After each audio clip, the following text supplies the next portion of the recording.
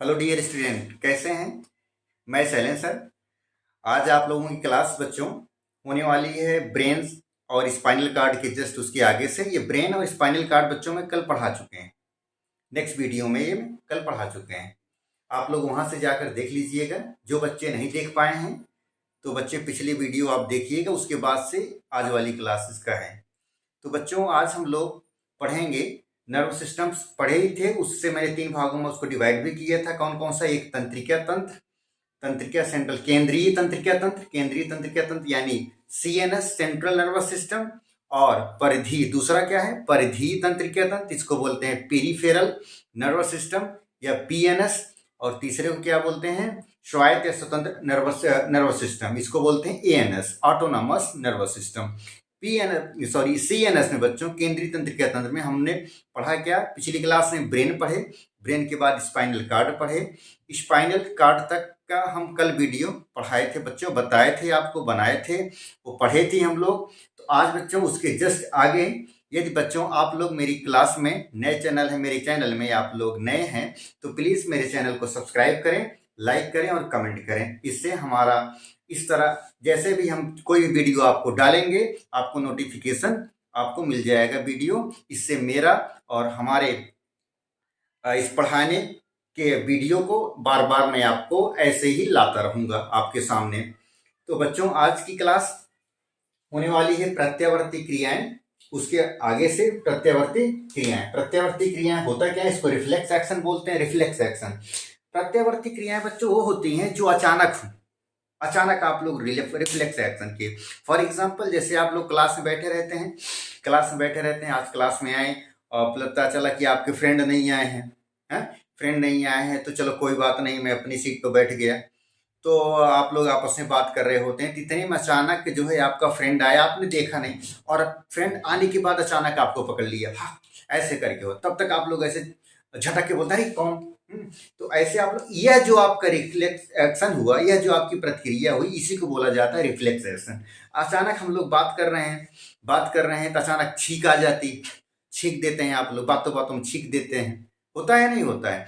और दूसरी चीज, अब जैसे अब आप लोग बैठे हैं, नॉर्मल सी बैठे रहते हैं, सब में इसी जगह बैठा रहा जाए, अचानक जो है कोई सांप आ जाए तो आप उसको देखकर तुरंत झटक कर भागते हैं। ये जो क्रिया है ये सब प्रत्यावर्ती क्रियाएं, छींक आना, पसीना आना, ये क्रियाएं क्या होती हैं बच्चों? अनैच्छिक क्रियाएं होती हैं। ये हमारे इच्छा के अनुसार नहीं होती हैं। इच्छा के अनुसार होती हैं कभी नहीं होगा ये।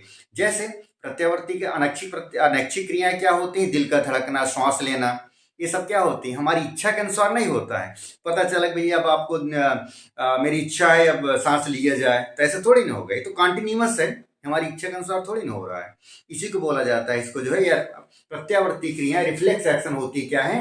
प्रत्यावर्ती क्रियाएं होती हैं, अनैच्छिक क्रियाएं होती हैं। ठीक है, इसमें देखते हैं वैसी क्रिया जो अतिशीघ्र तथा अनैच्छिक रूप से होती है उसे क्या कहते हैं? प्रत्यावर्ती क्रियाएं कहते हैं। जैसे छींक आना, पलक झपकना, जम्हाई लेना। पलक झपकना, हम लोग आप बात कर रहे हैं, देख रहे हैं किसी को, अचानक किसी को ऐसे कंटिन्यूअस देखा नहीं जा सकता है कि अरे मैं देख रहा हूँ पलके नहीं झिपकाएंगे, ऐसा थोड़ी ना होता है। ये तो अचानक इसको रोका नहीं जा सकता है। और जम्हाई लेना, आप लोग बहुत ज्यादा नींद आने लगती है, देखिए आहा करने लगते हैं, तो ये सब चीजें आती हैं। इसमें क्या होती है? इसे प्रत्यावर्ती क्रियाएं कहते हैं। उसके बाद बच्चों सेंट्रल नर्वस सिस्टम यानी केंद्रीय तंत्रिका तंत्र यहाँ तक खत्म होता है। उसके बाद से बच्चों हम पढ़ेंगे दूसरा क्या पढ़ेंगे? परिधीय तंत्रिका तंत्र या इसको बोलते हैं PNS, peripheral nervous system. Peripheral nervous system में क्या होगा? यह मस्तिष्क से निकलने वाली 12 जोड़ी तथा स्पाइनल कॉर्ड से निकलने वाली 31 जोड़ी तंत्रिकाओं से मिलकर ये बना होता है। कौन? PNS, peripheral nervous system. इससे क्या क्या होता है इसमें? यह मस्तिष्क से निकलने वाली कितनी जोड़ी तंत्रिकाएं आपके मस्तिष्क में होती है? 12 जोड़ी तंत्रिकाएं इसमें होती हैं। और स्पाइनल कार्ड में कितनी जोड़ी तंत्रिकाएं होती है? 31 जोड़ी तंत्रिकाएं। ये दोनों मिलकर आपस में बनी होती है, उसी को बोला जाता है पेरिफेरल या पीएनएस, परिधीय तंत्रिका तंत्र। तीसरा क्या है? स्वायत्त या स्वतंत्र तंत्रिका तंत्र। इसमें क्या होता है बच्चों? इसमें देखते हैं विभिन्न प्रकार की अनैच्छिक क्रियाएं। कितना? विभिन्न प्रकार की, बहुत सारी अनैच्छिक क्रियाएं होती हैं। जैसे भूख लगना, प्यास लगना, होता नहीं होता है, बाथरूम जाना, पेशाब करना, ये सब बच्चे अनैच्छिक क्रियाएं होती हैं, अपनी इच्छा के अनुसार नहीं होता है।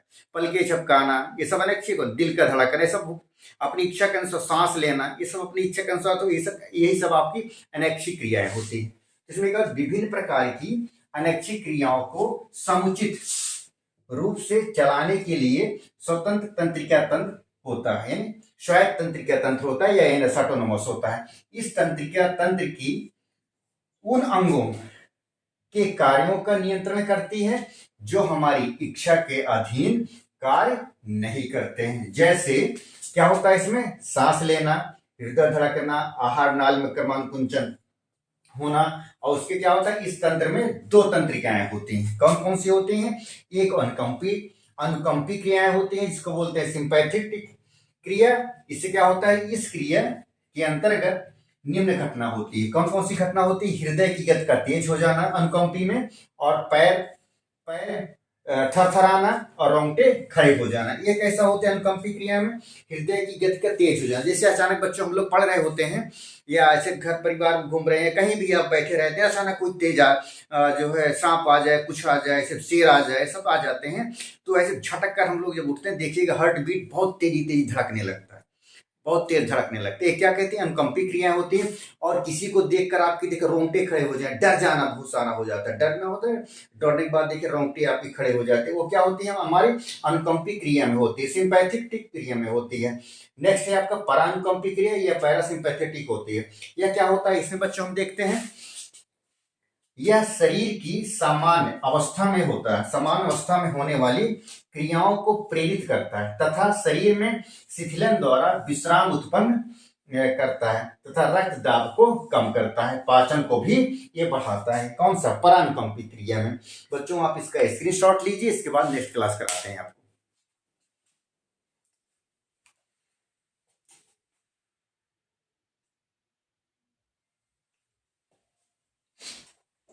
अब हम बच्चों पढ़ेंगे पादप हार्मोन्स या प्लांट हार्मोन्स। पादप हार्मोन्स वह हार्मोन्स होता है बच्चों, प्लांट हार्मोन। हार्मोन्स शब्द का अर्थ होता है उत्तेजित करने वाला पदार्थ। क्या होता है? पादप हार्मोन्स का अर्थ होता है उत्तेजित करने वाला पदार्थ। हार्मोन शब्द का प्रयोग सर्वप्रथम स्टार्लिंग नामक, कौन? स्टार्लिंग नामक वैज्ञानिक ने 1906 ईस्वी में किया था। क्या होता है पादप हार्मोन्स? इन्वर्टेड कॉमा में पौधों में वृद्धि तथा विकास को नियंत्रित करने के लिए कुछ विशिष्ट रासायनिक पदार्थ होते हैं जिन्हें पादप हार्मोन्स कहते हैं।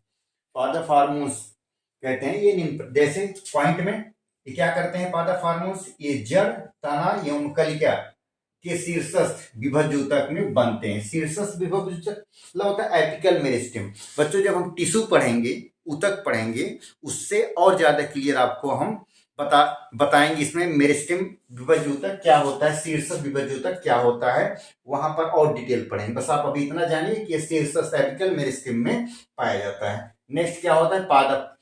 नेक्स्ट क्या? पादप वृद्धि तथा वृद्धि रोधन को नियंत्रित करते हैं। कौन? पादप हार्मोन्स। नेक्स्ट ये कार्बनिक प्रकृति के होते हैं, ऑर्गेनिक नेचर के होते हैं। नेक्स्ट अति शीघ्र अल्प मात्रा में भी ये प्रभावशाली होते हैं, थोड़ी सी भी मात्रा में भी ये पादप हार्मोन्स, प्लांट हार्मोन्स क्या होता है? बहुत एक्टिव होता है, प्रभावशाली होता है। नेक्स्ट क्या है? सामान्य से कम या अधिक मात्रा में होने पर यह प्रभाव उल्टा पड़ने लगता है। ये निम्न भागों में होते हैं। कितने निम्न भाग होते हैं? नंबर 1 ऑक्सिन, दूसरा क्या है? जिब्रेलिन, और तीसरा क्या है? साइटोकाइनिन्स, और चौथा क्या है आपका? वृद्धि रोधक। ये आपके पादप हार्मोन्स हैं जो निम्न प्रकार से, इनको हम डिटेल करने चल रहे हैं। तब तक आप बच्चों इसको लिखें, स्क्रीनशॉट लीजिए, इसके बाद हम डिटेल इसका कराते हैं ऑक्सिन का।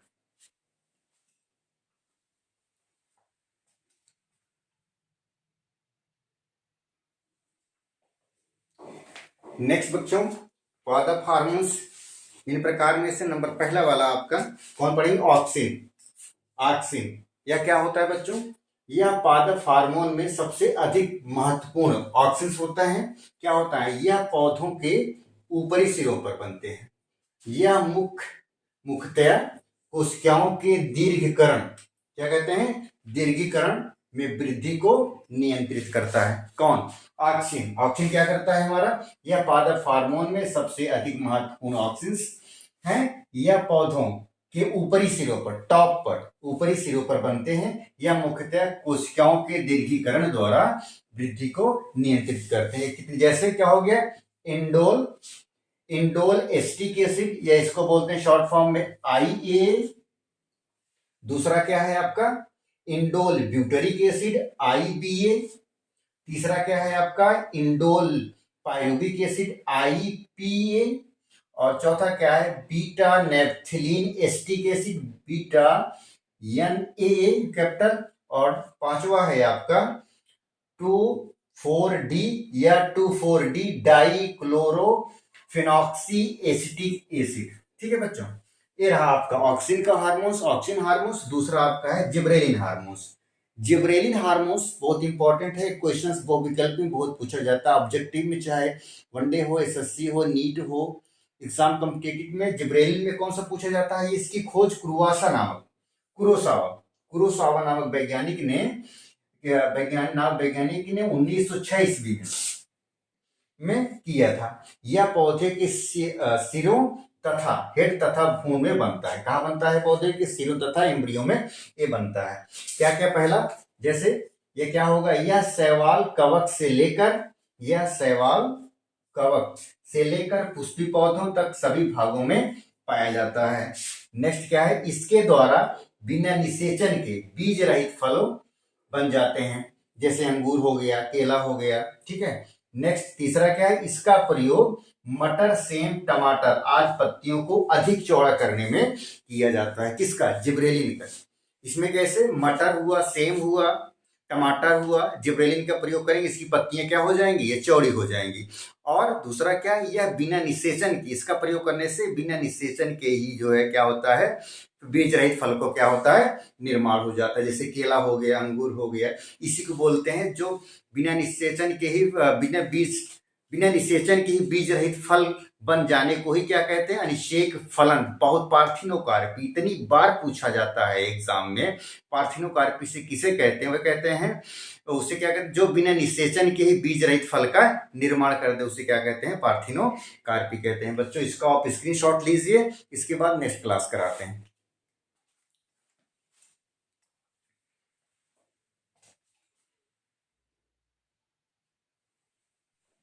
नेक्स्ट बच्चों दूसरा है साइटोकाइनिन। दूसरा है पादप हार्मोन्स। क्या है, इसे सर्वप्रथम ईस्ट से, इसे साइटोकाइनिन को कहा, इसे सर्वप्रथम ईस्ट से प्राप्त किया गया था। बाद में इसे कहाँ मक्का के बीज एवं नारियल में भी पाया गया। किसको, साइटोकाइनिन को सबसे पहले कहाँ प्राप्त किया था, ईस्ट से प्राप्त किया। उसके बाद जो है बाद में मक्का के बीज में, फिर उसके नारियल में इसे पाया गया था। साइटोकाइनिन तथा एस्टिन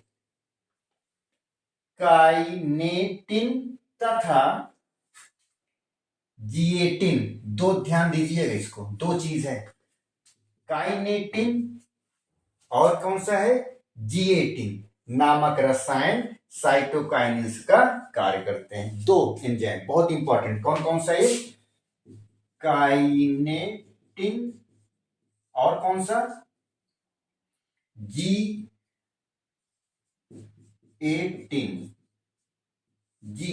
ये दो आपके साइटोकाइनिन हैं, जिसका एक क्या करता है, यह नामक रसायन जो है काइनेटिन और जिएटिन नामक रसायन ही जो है हमारा साइटोकाइनिन का कार्य करता है। इसका कार्य क्या होगा, इसका कार्य यह पौधों के अंगों को निर्माण में को नियंत्रित करता है, पौधों के अंगों के निर्माण को नियंत्रित करता है। दूसरा क्या है, यह कोशिका विभाजन की गति को क्या करता है, सेल डिवीजन, कोशिका विभाजन मतलब सेल डिवीजन की गति को तेज कर देता है। तीसरा क्या है, इसके प्रयोग से पार्श्वकलियों की वृद्धि तेज हो जाती है। जो प्लांट की पार्श्वकली बढ़ रहती हैं, कलियां रहती हैं, उसकी ग्रोथ को क्या कर देता है, तेज कर देता है। नेक्स्ट है एब्सिसिक एसिड। यह क्या होता है, यह वृद्धि निरोधक हार्मोन्स होता है।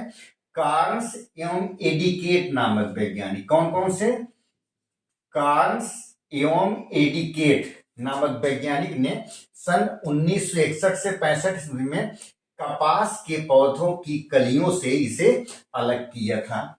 यह क्या होता है, यह कोशिका विभाजन को रोकता है।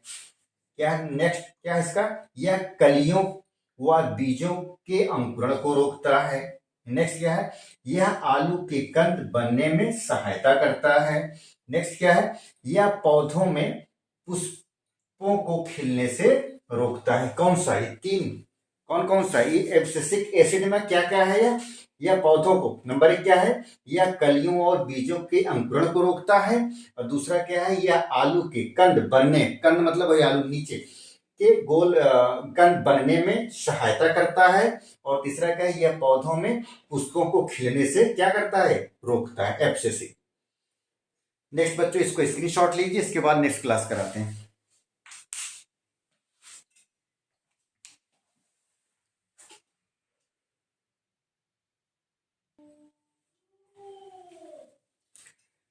नेक्स्ट बच्चों हम लोग पढ़ेंगे एथिलीन। एथिलीन हार्मोन्स बच्चों, मान के चलिए इतना हर एग्जाम में, चाहे ऑब्जेक्टिव के एग्जाम में पूछे जाते, हर एग्जाम में ऑब्जेक्टिव के रूप में पूछे जाएंगे। यह बच्चों चाहे वनडे हो, एसएससी हो, नीट हो, जितने कॉम्पिटिटिव एग्जाम है, हार्मोन्स में अगर कुछ पूछा गया है तो यही इस एथिलीन से ही पूछा जाएगा। इतना 100% आप इसको इंपॉर्टेंट लगाकर आप पढ़ेंगे एग्जाम के दृष्टिकोण से बच्चों, बहुत ज्यादा इंपॉर्टेंट है। ये क्या होता क्या है बच्चों, यह एकमात्र हार्मोन्स है, यह एकमात्र ऐसा हार्मोन्स है, कौन सा, एथिलीन, जो गैसीय अवस्था में, किसमें, गैसीय अवस्था में होता है। इसकी खोज गर्ग गर्ग नामक वैज्ञानिक ने 1962 ईस्वी में पादप हार्मोन्स के रूप में किया था। यह क्या करता है एथिलीन, फलों को पकाने के काम आता है एथिलीन। दूसरा क्या है, यह पौधों की लंबाई में वृद्धि को रोकता है।